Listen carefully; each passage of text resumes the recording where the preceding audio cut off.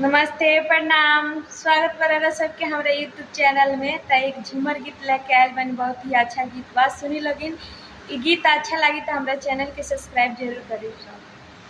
पानी भरे गईनी हो राजा पकावे होई ना, पानी भरे गईनी हो राजा पकावे होई ना, देवरा मटी लगना हो राजा चरावे खींचे हमार, देवरा मटी लगना हो राजा चरावे खींचे हमार, एगो मने गौए राजा गगरिया दी हो चलाय, एगो मने गौए हो राजा गगरिया दी हो चलाय, दूसर मने गौए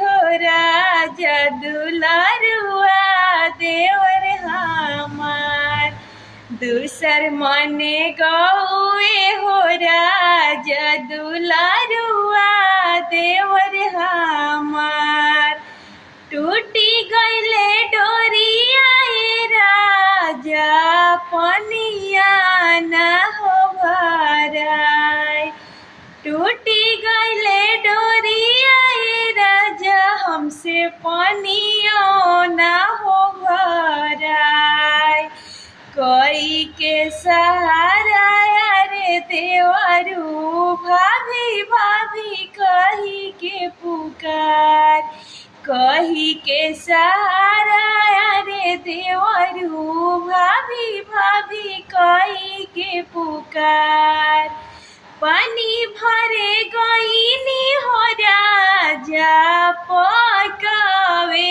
होई नार, पानी भरे गईनी हो राजा पकावे होई नार, देवरा मटी लगना हो राजा चरावे खींचे हमार। तो दोस्तों बहुत बहुत धन्यवाद आप सभी का।